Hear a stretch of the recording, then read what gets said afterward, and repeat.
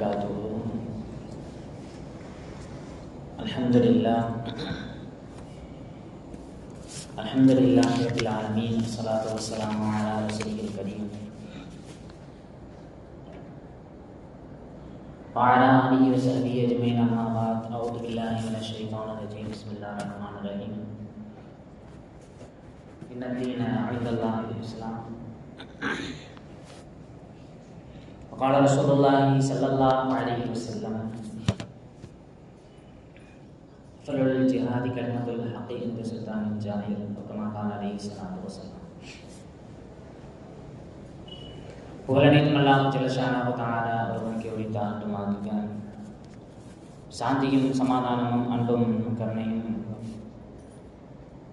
அகிலத்தின் அருள்கொடை அண்ணலம் பெருமானார் ரசூலுல்லாஹி ஸல்லல்லாஹு அலைஹி வஸல்லம் அவர்களின் மீதும், அவர்களை சற்றும் இஸ்லாமில் பின்பற்றி வாழ்ந்து வந்த உத்தம சத்திய சஹாபாக்கள், தாபீன்கள், தபா தாபீன்கள், நாதாக்கள், ஷுஹதாக்கள், நல்லடியார்கள், குறிப்பாக நாம் நம்மை சார்ந்தோர் அனைவரின் மீதும் என்றென்றும் உண்டாகின்ற நிலவட்டமாகுக. எல்லாம் வல்ல ரப்புல் ஆலமீன் இன்னைக்கு அந்த ஜும்ஆவுடைய நாளில் நாம் செய்கின்ற அமல்களை அல்லாஹ் தஆலா ஏற்றுக்கொள்வானாக. நம்முடைய துஆக்களை அல்லாஹ் தஆலா அங்கீகரிப்பானாக. இந்த ஜும்ஆவுடைய நாளில் அல்லாஹ் அருளுகின்ற, இறக்குகின்ற எல்லா பரக்கத்துகளையும் நன்மத்துகளையும் செயல்களையும் முழுமையாக அடைந்து அதை அனுபவிக்கக்கூடியவர்களாக அல்லாஹ் தஆலா நம் அனைவர்களையும் மாற்றி அருள் புரிவானாக. ஆமீன். கனிமிகளாக நல்லடியார்களே, இஸ்லாமிய மார்க்கம் அது அல்லாஹ் தஆலாவால் ஏற்றுக்கொள்ளப்பட்ட மார்க்கம். இஸ்லாத்தை வீழ்த்துவதற்கு அல்லது இஸ்லாத்தை அழிப்பதற்கு எப்படிப்பட்ட முயற்சிகள் செய்தாலும் அந்த முயற்சிகள் தோல்வி அடையுமே தவிர இஸ்லாமிய மார்க்கம் எப்பொழுதும் தன்னுடைய கண்ணியத்தையும் தன்னுடைய அந்த நிலைப்பாட்டையும் ஒருபோதும் மாற்றிக்கொள்வது கிடையாது. அல்லாஹ் தஆலா குர்ஆனில் கூட சொல்லுவான்: யுரீதூன லியுத்ஃபிஉ நூரல்லாஹி பிஅஃவாஹிம். அல்லாஹ்வினுடைய ஒளியை அவர்கள் தங்களுடைய வாயால் ஊதி அணைத்து விடலாம் என்று நினைக்கின்றார்கள், ஆனால் அது நிச்சயமாக நிறைவேறாது அப்படின்ற ஒரு விஷயத்தை அல்லாஹ் தஆலா குர்ஆனில் சொல்லித் தருகின்றான். அந்த வகையில் எங்கெல்லாம் முஸ்லிம்களை இஸ்லாத்தை அது அதனுடைய வளர்ச்சியை பொறுத்து கொள்ள முடியாத சர்வதேச அளவில் இருக்கக்கூடியவங்களாக இருக்கட்டும் அல்லது நம்மோடு தொடர்பில் இருக்கக்கூடியவங்களாக இருக்கட்டும், எப்படி அவர்களை ஒடுக்கலாம், இஸ்லாமிய மார்க்கத்தை ஓரங்கட்டலாம் அப்படின்ற ஒரு எண்ணத்தோடு தான் உலகளாவிய அளவில் இஸ்லாத்தின் மீது உண்டான இப்படி ஒரு போக்கு கடைபிடிக்கப்படுகின்றது. அந்த வகையில் தான் சமீபமாக நடந்து முடிந்த, நம்மள எத்தனை பேருக்கு தெரியும்னு தெரியலை, ஒரு கால்பந்தாட்டம் ஃபுட்பால் உலகக்கோப்பை சமீப காலத்தில் நடந்து முடிஞ்சிச்சு. கிட்டத்தட்ட பார்த்தீங்கன்னா அமெரிக்காவில் நடந்த அந்த உலகக்கோப்பை ஜூன் 11 ஆரம்பித்து ஜூலை 19 வரைக்கும் நடந்துச்சு. இது வெளிநாடுகளை பொறுத்த வரைக்கும் இது ஒரு போட்டியாக, ஒரு பொழுதுபோக்காக பார்க்கப்பட்ட ஒரு சூழல்ல இந்த விஷயங்களை எல்லாம் தாண்டி இஸ்லாமிய கண்ணோட்டத்தில் இது எப்படி பார்க்கப்பட்டுச்சு அப்படின்னு சொன்னால், ஒரு புவிசார் அரசியல் போராக இந்த விளையாட்டு பார்க்கப்பட்டுச்சு. ஏன்னா இது குறித்து நாம் யோசிக்கணும், நம்முடைய அடுத்த தலைமுறைக்கு இந்த செய்திகளை கொண்டு போய் சேர்க்க வேண்டும். ஜியோ பொலிட்டிக்கல் வார், புவிசார் அரசியல் சம்பந்தப்பட்ட கால்பந்தாட்டம்னா நமக்குள்ள ஃபுட்பால் அப்படின்னா காலால் ஒரு பந்தை எட்டி உதச்சி விளையாடக்கூடிய விளையாட்டை நாம் பார்த்துருக்கோம், கேள்விப்பட்டிருப்போம். நம்முடைய பிள்ளைகளும் அடுத்த தலைமுறையினர்களும் இது இப்படி தான் பார்த்துருப்பாங்க. ஆனால் நடந்து முடியுத இந்த விளையாட்டு அப்படின்றதை தாண்டி உலகமே பொழுதுபோக்காக பார்த்த அந்த சூழல்ல இது ஒரு புவிசார் அரசியல் போராக என்ன பண்ணுச்சுன்னு சொன்னா இது பார்க்கப்பட்டுச்சு. ஏன் இது இப்படி பார்க்கப்பட்டுச்சு அப்படின்றத நாம விளங்கிக்கணும். பொதுவாக இப்போ உள்ள விளையாட்டுகள் எல்லாம், அது கால்பந்தா இருக்கட்டும் அல்லது கிரிக்கெட் சம்பந்தப்பட்ட விளையாட்டா இருக்கட்டும், இப்போ உள்ள விளையாட்டுகள் எல்லாம் எப்படி மாறிடுச்சு அப்படின்னு சொன்னா, திறமையை வெளிக்காட்டுகின்ற இடம் அல்லது தங்களுடைய நாட்டினுடைய, தங்களுடைய பகுதியினுடைய அல்லது தாங்கள் சார்ந்திருக்கின்ற அணியினுடைய திறமையை வெளிக்காட்டுகின்ற இடம் என்பதை தாண்டி சர்வதேச அளவில் இருக்கக்கூடிய பன்னாட்டு நிறுவனங்கள், கார்ப்பரேட் கம்பெனிகளும் அரசியல் சார்ந்த அமைப்புகளும் தங்களுடைய அஜெண்டாக்களை நிறைவேற்றக்கூடிய ஒரு மைதானமாக இன்றைய அளவுல விளையாட்டு மைதானங்கள் மாறிடுச்சு. அதாவது திறமையை வெளிக்காட்டுற இடம் அப்படின்றத தாண்டி யார் நினைத்தாலும் பெரிய பெரிய அளவில் இருக்கக்கூடிய முதலாளிகள் அல்லது அந்த நிறுவனங்கள் தங்களுடைய அஜெண்டாவாக, அது யாருக்கு எதிராக இருந்தாலும், அந்த நாட்டுடைய மக்களுக்கு எதிராக இருந்தாலும், அல்லது உலகமே பின்பற்றக்கூடிய ஒரு கலாச்சாரத்திற்கு எதிராக இருந்தாலும், அது தங்களுடைய அஜெண்டாவாக இருக்கின்ற பொழுது, தங்களுடைய நோக்கமாக இருக்கின்ற பொழுது, அதை வெளிக்காட்டக்கூடிய ஒரு மைதானமாக இன்றைய அளவில் இருக்கக்கூடிய விளையாட்டுகள் மாறி வருது. சரி, இதுக்கும் நமக்கும் என்ன சம்பந்தம்? இது எதுக்கு அஜத்திங்கெல்லாம் பேசுறாங்க? இது என்ன ஆச்சு? இதனால பேசி நமக்கு என்ன பயன்? அப்படின்ற மாதிரி நமக்குள்ள ஒரு சிந்தனை தோன்றலாம். ஏன்னா இந்த நடந்து முடிந்த அந்த விளையாட்டு அப்படின்றது கடைசியாக எல்லா நாடுகளுக்கும் போட்டி நடந்துச்சு. கடைசியில் 2 நாடு மட்டும் அவங்களுக்கான இறுதி போட்டி. ஒரு புறம் அர்ஜென்டினா, இன்னொரு புறம் ஸ்பெயின். அர்ஜென்டினா அப்படின்ற நாடு மிகப்பெரிய திறமையான விளையாட்டு வீரர்களை கொண்ட நாடு. அதற்கும் ஸ்பெயின் அப்படின்னு சொல்லக்கூடிய ஒரு இஸ்லாமிய ஒரு பாரம்பரியம் மிக்க ஒரு நாடு, இந்த 2 நாட்டுக்கு மத்தியில தான் போட்டி. இந்த நாட்டுக்கு மத்தியில போட்டி. இதனால நமக்கு என்ன பயன்னா, அந்த அர்ஜென்டினா அப்படின்ற நாடு பலஸ்தீனத்தை ஒரு தனி நாடாக அங்கீகரிக்க கூடாது அப்படின்னும், அதே மாதிரி பலஸ்தீனம் மீது இஸ்ரேல் கட்டவிழ்த்து விடக்கூடிய எல்லா அராஜகங்களும் ஆகுமானது அப்படின்னு சொன்ன நாடு தான் அர்ஜென்டினா. இஸ்ரேலுக்கு சப்போர்ட் பண்ற நாடு அர்ஜென்டினா. எதிரி அணியில் இருக்கக்கூடிய ஸ்பெயின் அப்படின்றது எல்லா நாடுகளும் இஸ்ரேலுக்கு உறுதுணையாக இருந்த அந்த நேரத்துல தான் சார்ந்திருக்கின்ற ஐரோப்பிய நாடுகளும் இஸ்ரேலுக்கு உறுதுணையாக இருந்த அந்த நேரத்துல பலஸ்தீனத்தை தனி நாடாக அறிவிக்க வேண்டும் என்று பிரகடனப்படுத்திய நாடு தான் ஸ்பெயின். இப்ப விளையாட்டு அப்படின்றதுக்கு பின்னாடி இருக்கின்ற இந்த புவிசார் அரசியல் போர் சம்பந்தப்பட்ட விஷயத்தை நாம விளங்கிக்கணும். இஸ்ரேல் உலகத்தை ஆட்டி படைக்கக்கூடிய அந்த நாட்டினுடைய ஒரு ரகசிய குழந்தையாக இருக்கக்கூடிய அர்ஜென்டினா ஒருபொழுதும் இஸ்ரேலை நாங்கள் அனுமதிக்க மாட்டோம் என்று எதிரி அணியில் இருக்கக்கூடிய ஸ்பெயின், இது இரண்டிற்கும் மத்தியில் விளையாட்டு அப்படின்ற பின்னணியில் இருக்கக்கூடிய மற்ற விஷயங்களை நாம் யோசித்து பார்க்க வேண்டும். இந்த 2 போட்டியில எவ்வளவு சூழ்ச்சிகள் செய்யப்பட்டது இந்த ஸ்பெயின் அப்படின்னு சொல்லக்கூடிய நாட்டிற்கு எதிராக. எல்லா விதமான சூழ்ச்சிகளும், அவர்கள் தங்களுக்கு சாதகமான நடுவர்களை நியமித்தார்கள், தீர்ப்புகள் வழங்கினார்கள் நடுவர்கள். ஆனா எல்லா விஷயங்களையும் முறியடித்து ஸ்பெயின் அப்படின்னு சொல்லக்கூடிய நாடு உலகக்கோப்பையை என்ன செஞ்சு சொன்னா வென்றது. ஒரு 19 நமக்குலாம் தெரியும், நம்ம பார்த்துட்டு ஒரு கருப்பு நிற வாலிபரை அடிக்கடி டிவியில் காட்டியிருப்பாங்க, அல்லது நாம் பயன்படுத்தக்கூடிய வாட்ஸ்அப்பு இந்த மாதிரியான சமூக வலைத்தளங்களில் லமீன் யமால் அப்படின்னு சொல்லக்கூடிய ஒரு 19 வயது வாலிபரை என்ன செஞ்சுருப்பாங்கன்னு அடிக்கடி காட்டியிருப்பாங்க. ஸ்பெயினுடைய வரலாற்று நாம் தெரிந்து கொள்ள வேண்டும். இஸ்லாமிய பாரம்பரியமிக்க நிறைய ஊர்களில் ஸ்பெயின் அப்படின்னு சொல்லக்கூடிய ஒரு ஊரும் ஒரு பாரம்பரியமிக்க ஒரு ஊர். அன்றைய காலத்தில் ஆண்டலூஸ் அப்படின்னு சொல்லக்கூடிய ஊர். எந்த அளவிற்கு இது பிரபலமான ஊர் அப்படின்னு சொன்னா, ஐரோப்பிய நாடுகள்ல இஸ்லாமிய பாரம்பரியத்தை உலகத்திற்கு உணர்த்தியது மட்டுமல்ல, அன்றைய காலத்துல எதுவுமே இல்லாத காலத்துல உலகத்திற்கு அறிவியலையும் அரசியலையும் மருத்துவத்தையும் கற்றுக் கொடுத்த ஊர் தான் ஸ்பெயின். 800 ஆண்டு காலம் இஸ்லாமியர்களுடைய ஆட்சியின் கீழ் இருந்த அந்த ஸ்பெயின் அதற்கு பின்னால் வீழ்த்தப்பட்டு நிறைய சறுகுதல்களை இந்த ஸ்பெயின் சந்தித்தது. நிறைய பாடங்கள் இருக்கு இந்த விளையாட்டு அப்படின்றத தாண்டி. வாலிபர்களுக்கும் சரி, சமூகத்தினர்களுக்கும் சரி, இந்த உலகக்கோப்பை சம்பந்தப்பட்ட விஷயத்துல அந்த விளையாட்டு நமக்கு நிறைய பாடங்களை கற்று தருது. அந்த ஸ்பெயின்ல குர்துபா அப்படின்ற ஒரு ஊர், மதரசாக்கள்ல 5வது வருடம் ஓதும் பொழுது தஃப்சீர் குர்துபி அப்படின்றத சொல்லி தருவாங்க. அந்த இமாம் பிறந்த ஊர் குர்துபா. அன்றைய காலத்துல ஒரு ஊர்ல 4 லட்சம், ஒவ்வொரு வீடுகள்லையுமே குறைந்தபட்சம் 4 லட்சம் புக்கு இருக்குமா, இஸ்லாமிய வரலாறுகள் நாகரிகம் சம்பந்தப்பட்ட புத்தகங்கள். குர்துபான்ற ஊர்ல ஒவ்வொரு வீட்டிலையுமே 4 லட்சம் புக்கு இருக்குமா.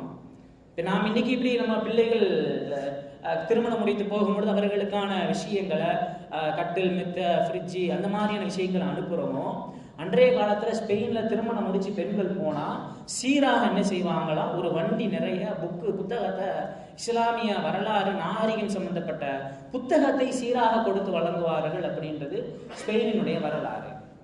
இப்போ இன்னைக்கு லண்டன், பாரிஸ்லாம் எவ்வளவு முன்னேற்றத்தை அடைந்த நகரங்களா இருக்கோ, ஒரு 800 ஆண்டுகளுக்கு முன்னாடி இந்த மாதிரியான பிரபலமான நகரங்கள்ல ஐரோப்பால தெருவிளக்கு, ஸ்பெயின்ல மட்டும்தான் தெருவிளக்கு எரியுமா. ஸ்ட்ரீட் லைட்டு லண்டனு, பாரிஸ் மாதிரியான நகரங்கள்ல அந்த காலத்துல தெருவிளக்கு கிடையாது. ஆனா ஸ்பெயின்ல மட்டும்தான் தெருவிளக்கு எரியும். அந்த அளவிற்கு உலகத்திற்கு எல்லா விஷயங்களையும் கற்றுக் கொடுத்த ஒரு நாடு தான் ஸ்பெயின். இன்னைக்கு ஆபரேஷன் பண்றாங்கல்ல, ஆபரேஷன் பண்ணும்போது பயன்படுத்தக்கூடிய அந்த சர்ஜிக்கல் இன்ஸ்ட்ருமெண்ட்ஸ், அந்த கத்தி அல்லது பிளேடு, இந்த மாதிரியான விஷயங்களை எல்லாம் உலகத்திற்கு இன்றைய விஞ்ஞானத்தில் நிறைய கருவிகள் வந்திருந்தாலும் உலகத்திற்கு முதலாக இந்த கருவிகளை அறிமுகப்படுத்தியது எங்கிருந்து அறிமுகப்படுத்தப்பட்டுச்சுன்னு சொன்னா ஸ்பெயின்ல இருந்து தான். ஜஹராவி இமாம் அந்த கருவிகளை பயன்படுத்தி கண்டுபிடித்து உலகத்திற்கு அறிமுகப்படுத்துறாங்க. வானத்துல பெறக்கூடிய ஃபிளைட்டை கண்டுபிடிச்சது ரைட் சகோதரர்கள் அப்படின்னு நாம் கேள்விப்பட்டிருக்கோம். ஆனா முதலாக அதை கண்டுபிடித்தது அப்பாஸ் இப்னு ஃபிர்னாஸ் சொல்லக்கூடிய ஒரு இஸ்லாமியர். அவர் ஸ்பெயினை சார்ந்தவர். இப்படி உலகத்திற்கு எல்லா விஷயங்களையும் கற்றுக் கொடுத்த அந்த ஸ்பெயின் இன்றைய தினம் வென்று இருக்கின்றது. இந்த வெற்றிக்கு பின்னால் நமக்கு இருக்கக்கூடிய பாடம் என்ன? வெறும் கால்பந்து ஆட்டம் அப்படின்றத தாண்டி அந்த ஆட்டத்திற்கு, சமுதாயத்திற்கு, சமுதாயத்தினுடைய எழுச்சிக்கு அந்த விளையாட்டினுடைய வீரர்கள் அல்லது அந்த நாடு, அந்த நாட்டிற்கு பின்னால் இருக்கக்கூடிய அந்த வரலாறு நமக்கு சொல்லக்கூடிய இன்றைய சமகாலத்திற்கான பாடம் என்ன அப்படின்றத நாம் சிந்தித்து பார்க்க வேண்டும். இந்த விளையாட்டு போட்டி முதலாக நிறைய பாடங்களை சொல்லி தந்தாலும் முதலாக இந்த விளையாட்டு போட்டியும் ஸ்பெயின் நகரத்தினுடைய வெற்றியும் அதனுடைய வீழ்ச்சியும் நமக்கு குறிப்பாக இளைஞர்களுக்கு நிறைய பாடங்களை சொல்லி தருது. வாலிபர்கள் அந்த ஸ்பெயினுடைய வரலாறை, குறிப்பாக இந்த மாதிரியான விளையாட்டுகள் நடக்கும் போது குறைந்தபட்சம் அந்த விளையாட்டு வீரர்களுடைய பின்னணி என்ன, இஸ்லாமிய வீரர்களா இருக்கும் பொழுது இன்னும் அதிகமாக கவனம் எடுத்தவர்கள் எப்படி வெற்றி வாகை சூடினார்கள் அப்படின்ற விஷயத்தை வாலிபர்கள், வாலிப வயதுடைய ஆண்களும் பெண்களும் என்ன செஞ்சுக்கணும்னா அதுல இருந்து நிறைய பாடங்களை நாம் தெரிந்து கொள்ள வேண்டும். முதல்ல நாம தெரிந்து கொள்ள வேண்டிய வாலிபர்களுக்கான பாடம் என்னன்னு சொன்னா, இந்த மாதிரியான இந்த விளையாட்டு நமக்கு கற்றுத் தரக்கூடிய பாடம், பெற்றோர்கள் குறிப்பாக தாய் சம்பந்தப்பட்ட விஷயத்துல கவனத்தோடு இருக்க வேண்டும் அப்படின்றது தான் இந்த 2026 நடைபெற்ற இந்த விளையாட்டு போட்டிகள் ஒரு பாடத்தை சொல்லித் தருது. லமீன் யமால், அதான் அந்த ஸ்பெயின் நாட்டினுடைய ஆட்ட நாயகனாக இருந்த லமீன் யமால் ஒவ்வொரு கோல் போடும்போதும், ஒவ்வொரு அந்த கால்பந்து ஆட்டத்தில் கோல் போடும்போது தன்னுடைய தாயை நோக்கி ஒரு விஷயத்தை காட்டுறது. 304 அப்படின்ற மாதிரி தன்னுடைய தாயை நோக்கி ஒவ்வொரு கோல் அடிச்சதுக்கு அப்புறமும் தன்னுடைய தாயை பார்த்து என்ன செய்யறாச்சுன்னா 304 அப்படின்னு நம்பரை காட்டுறாரு. இப்போ பின்னாடி காலத்தில் அதெல்லாம் வச்சு சொன்னப்புறம் அந்த ப்ரெஸ் மீட்ல செய்தியாளர்கள்லாம் கேட்குறாங்க, நீங்கள் ஒவ்வொரு கோல் அடிச்சதுக்கு அப்புறமும் 304 அப்படின்ற ஒரு நம்பரை உங்களுடைய தாயை நோக்கி காட்டினீங்களே, என்ன காரணம்? ஷீலா எபானா அவங்க தாயினுடைய பெயர். என்ன காரணம் இப்படி ஒவ்வொரு கோலுக்கு பின்னாடி உங்க தாயை பார்த்து 304 காட்டினீங்களே என்னன்னு கேட்கும்பொழுது, என்னுடைய தாய் என்பவர் ஒற்றை பெற்றோர், அதாவது சிங்கிள் பேரண்டாக இருந்து 304 அப்படின்றது ஸ்பெயினில் நாங்கள் வசிக்கக்கூடிய ஒரு அகதிகள் முகாம். அந்த முகாம் அமைந்திருக்கக்கூடிய ஊரினுடைய பின்கோடு நம்பர் தான் அந்த 304 அப்படின்றது. அந்த 304 அப்படின்ற ஊர்ல என்னுடைய தாய் பல கஷ்டங்களுக்கு மத்தியில என்னை பெற்று என்னை வளர்த்து இவ்வளவு பெரிய இடத்திற்கு ஆளாக்கி சொந்தக்கார வெற்றிக்கு சொந்தக்காராக என்னுடைய தாய் உருவாக்கி இருக்கின்றார். அதனால என்னுடைய வெற்றிக்கு அடிப்படையாக இருக்கக்கூடிய ஒவ்வொரு கோலுக்கு பின்னாலும் தாயே நீங்கள் தான் காரணம் அப்படின்றதை விளக்கும் விதமாக நான் என்ன செய்யறேன், 304 அப்படின்ற நம்பரை என்னுடைய தாயை நோக்கி நான் காட்டுறேன் அப்படின்னு அந்த லமீன் யமால் சொன்னதாக அந்த பிரஸ் மீட்ல சொன்னதாக சமூக வலைதளங்கள்ல வந்தது. வாலிபர்கள் இந்த விஷயத்துக்கு பின்னாடி தான் பெற்றோர்களுக்கு பணிவிடை செய்கின்ற, பெற்றோர்களை மதிக்கின்ற அந்த விஷயத்திற்கு அல்லாஹ் கொடுக்கின்ற கண்ணியத்தை நாம் விளங்கிக்கணும். இப்ப மட்டுமல்ல, ஸ்பெயின் வென்றது எல்லாம் தாயினுடைய பின்னணியை வைத்துதான், தாய்க்கு பணிவிடை செய்வதன் மூலமாக வருகின்ற வெற்றியின் அடிப்படையாகத்தான் ஸ்பெயின் என்பது உலகத்தை வென்றது. இப்ப மட்டுமல்ல, 800 ஆண்டுகளாக ஸ்பெயின் ஆட்சி செஞ்சப்ப அந்த ஸ்பெயினை வெற்றி கொள்வதற்காக தாரிக் இப்னு ஜியாத் அப்படின்னு சொல்லக்கூடிய ஒரு வாலிபர் 12,000 நபர்களோடு என்ன செய்யறாருன்னா ஸ்பெயினை வெற்றி கொள்வதற்காக படையை செலுத்துகின்ற பொழுது அவருடைய வரலாறு நம்ம படிச்சு பார்க்கணும். அவர் எப்படிப்பட்டவர்னா பெரிய அரச குடும்பத்தை சார்ந்தவர் அல்ல, 12,000 பேரை தலைமை தாங்கி போறாருன்னா பெரிய அரச குடும்பத்தை சார்ந்தவர் அல்ல தாரிக் இப்னு ஜியாத், ஒரு பழங்குடி இனத்தை சார்ந்தவர். அவர் என்ன செய்வாருன்னா எல்லா விஷயங்களும் கற்றுக்கொள்வார், போரை கற்றுக்கொள்வார், அதே மாதிரி இஸ்லாமிய அறிவுகளை கற்றுக்கொள்கின்ற அதே நேரத்துல தன்னுடைய தாய்க்கு அதிகமாக பணிவிடை செய்து கொண்டிருப்பார். தாய்க்கு பணிவிடை செய்கின்ற பொழுதெல்லாம் தாய் இப்படி துவா செய்வாங்களே, மகனே அல்லாஹ் தஆலா உன்னை மிகப்பெரிய மாவீரனாக ஆக்குவான், உன்னை அல்லாஹ் தஆலா ஒரு பெரிய படைக்கு தளபதியாக அல்லாஹ் ஆக்குவான் அப்படின்னு தங்களுடைய தாய் என்ன செய்வாங்கன்னா துவா செய்து கொண்டே இருப்பார்கள். அந்த நேரம் வருது, அல்லாஹ் தஆலா பெரிய வீரனாக ஆக்கினான். எல்லா விதமான போர் சம்பந்தப்பட்ட விஷயங்களையும் கற்று தேர்ந்த அந்த தாரிக் இப்னு ஜியாத் போருக்கு செல்லுகின்ற பொழுது தாயிட்ட துவா வாங்கிட்டு போறாங்க. அந்த மாதிரி போருக்கு போற துவா செய்யும் பொழுது, மகனை நிச்சயமா அல்லாஹ் தஆலா உனக்கு வெற்றியை கொடுப்பான் அப்படின்னு கிளம்புறாங்க. 12,000 பேரோட போயாச்சு. போனா எதிரிகள் 1,00,000 பேர், கிட்டத்தட்ட 100கணக்கான கப்பல்கள்ல 1,00,000 பேர் கப்பல்ல வந்துகிட்டே இருக்கிறாங்க. இங்க 12,000 பேருக்கான தளபதியாக தாரிக் இப்னு ஜியாத் நிற்கின்ற பொழுது படை வீரர்கள்லாம் பயப்படும் பொழுது அப்ப அவர் சொல்றாரு, இந்த மாதிரி என்னுடைய தாயினுடைய துவாவை நான் வாங்கி இந்த களத்திற்கு நான் வந்திருக்கின்றேன், நிச்சயமாக அல்லாஹ் தஆலா வெற்றியை கொடுப்பான் அப்படின்னு அந்த 1,00,000 வீரர்கள் பயணித்த கப்பலை எரித்து என்ன செஞ்சாருன்னு சொன்னா ஸ்பெயினுடைய வெற்றியை அவர் கைப்பற்றி கொண்டார் அப்படின்றது வரலாறு. ஸ்பெயினுடைய இன்றைய கால வெற்றியாக இருக்கட்டும், அது வென்ற பல 100 ஆண்டுகளுக்கு முன்னால் அது வென்ற வெற்றியாக இருக்கட்டும், அனைத்தும் பெற்றோர்களுடைய துவாவை அடிப்படையாக வைத்து வென்றது அப்படின்றத இந்த போட்டியின் மூலமாக சமகாலத்தினுடைய படிப்பினையாக இந்த வாலிபர்கள் நம்ம வாழ்க்கையில நாம் எடுத்துக்கொள்ள வேண்டும். நிறைய பாடங்கள். ஏன்னா யூரோப்ல இஸ்லாமோபோபியா, எப்படி இஸ்லாமியர்கள் என்றால் அவர்களை ஒரு விதமான கண்ணோட்டத்தோடு பார்க்கக்கூடிய விஷயம் இன்ற அளவில் இருக்குதோ, அதே மாதிரி யூரோப்பிய நாடுகள்ல அதிகமாக வளர்ந்து வரக்கூடிய ஒரு கொள்கை தான் இஸ்லாத்தை எதிர்க்கின்ற, அதை விமர்சனம் செய்கின்ற அந்த கொள்கை. அப்படிப்பட்ட ஒரு சூழல்ல ஒரு மனிதன் தேசிய நாயகனாக அந்த வெற்றி வாகை சூடுகிறான் என்றால் அவனுடைய பின்னணியில பெற்றோருடைய துவா, குறிப்பாக தாயினுடைய துவா இருந்தது அப்படின்றத வாலிபர்களாக இருக்கக்கூடியவர்கள் விளங்கிக் கொள்ள வேண்டும். அடுத்த பாடம் என்னன்னு சொன்னா, உலகமே நம்மை புறக்கணித்தாலும் நம்மிடத்தில் மார்க்கப்பற்றும் நம்மிடத்தில் திறமையும் இருக்கின்ற பொழுது நிச்சயமாக அல்லாஹ் தஆலா புறக்கணித்த உலகத்தை அல்லாஹ் தஆலா நம்மை திரும்பி பார்க்க வைப்பான் அப்படின்றதுதான் இந்த ஸ்பெயினுடைய வெற்றி நமக்கு சொல்லித் தரக்கூடிய பாடம். அந்த வெற்றி, அந்த ஸ்பெயின்ல விளையாண்ட அந்த எல்லாருமே யாருன்னு சொன்னா அகதிகள் முகாமில் இருந்து வந்த வீரர்கள், புறக்கணிக்கப்பட்டவர்கள். ஸ்பெயின்ல ஒரு ஊர்ல புறக்கணிக்கப்பட்ட நகரம் அப்படின்னு அறிவிக்கப்பட்ட ஒரு இடத்திலிருந்து வந்தவர்கள் தான் அந்த விளையாட்டு வீரர்கள்.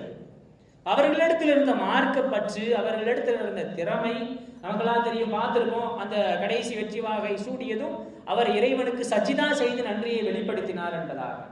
எந்த உலகம் புறக்கணித்தாலும் நம்மிடத்தில் மார்க்கப்பற்றும் திறமையும் இருக்கின்ற பொழுது, சஹாபாக்களும் அப்படிதான். பிலால் ரலியல்லாஹு தஆலா அன்ஹு அன்றைய காலத்துல கருப்பினத்தவர்கள் அப்படின்னு ஓரம் கட்டப்பட்ட பிலால் ரலியல்லாஹு தஆலா தன்னிடத்தில் தன்னுடைய மார்க்கத்தை விட்டு விடுமாறு தன் மீது பாறாங்களை தூக்கி வைத்தும் அஹது அஹது என்பதாக முழங்கி தன்னுடைய மார்க்கப்பற்றை வெளிப்படுத்திய பிலால் ரலியல்லாஹு தஆலா அவர்களிடத்தில் மார்க்கப்பற்றும் அதே போன்று குரல் வளமும் அவர்களிடத்தில் அந்த திறமையும் இருந்ததனால் அல்லாஹ் தஆலா புறக்கணிக்கப்பட்ட பிலால் ரலியல்லாஹு தஆலா அவர்களை கொண்டு வந்து காபத்துல்லாவின் மீது ஏறி நின்று பாங்கு சொல்லக்கூடிய பாக்கியத்தை அல்லாஹ் கொடுக்கிறான். என்றால் மார்க்கப்பற்றும் திறமையும் வாலிபர்களிடத்தில் இருக்கின்ற பொழுது யார் நம்மை ஒதுக்கினாலும் நிச்சயமாக அல்லாஹ் உயர்த்துவான் அப்படின்றத நாம் விளங்கிக் கொள்ள வேண்டும். உஸ்பெகிஸ்தான் ஊர்ல பிறக்கின்ற ஒரு குழந்தை, கண் பார்வை இழந்த ஒரு குழந்தை, பிறந்தவுடன் தந்தையை இழந்த ஒரு குழந்தை, தந்தை இல்லாதனால அந்த உஸ்பெகிஸ்தான்ல ஓரம் கட்டப்பட்ட ஒரு குழந்தை, பார்வை கிடையாது, இருந்தாலும் மார்க்கப்பற்றை ஊட்டி அந்த தாய் தங்களுடைய பிள்ளைக்கு மார்க்கப்பற்றை கொடுத்து வளர்க்குறாங்க. அதிகமான மனப்பாடம் செய்யக்கூடிய திறமை பெற்றிருக்கின்ற அந்த குழந்தை, ஒரு ஓரங்கட்டப்பட்ட அந்த குழந்தை மார்க்கப்பற்றும் அதே போன்று தாயினுடைய உதவியினால் திறமையை வளர்த்து கொண்ட அந்த குழந்தை பிற்காலத்தில் எப்படி மாறுதுன்னு சொன்னா, நமக்கெல்லாம் தெரியும். குர்ஆனுக்கு அடுத்தபடியாக வைத்து பார்க்கக்கூடிய சஹீஹுல் புகாரி, அந்த ஹதீஸ் புத்தகத்தை எழுதிய புகாரி இமாம் இப்படிப்பட்ட ஒரு சூழலில் இருந்து வந்த குழந்தை அப்படின்றத நாம் விளங்கிக் கொள்ள வேண்டும். அப்ப எந்த விஷயம் இருந்தாலும் மார்க்கப்பற்றும் திறமையும் நம்மிடத்தில் இருக்கின்ற பொழுது நிச்சயமாக அல்லாஹ் தஆலா நம்மை உயர்த்துவான் என்பதை சமகாலத்தினுடைய இந்த ஸ்பெயினினுடைய வெற்றி வாலிபர்களுக்கு இந்த பாடத்தை சொல்லித் தருகின்றது.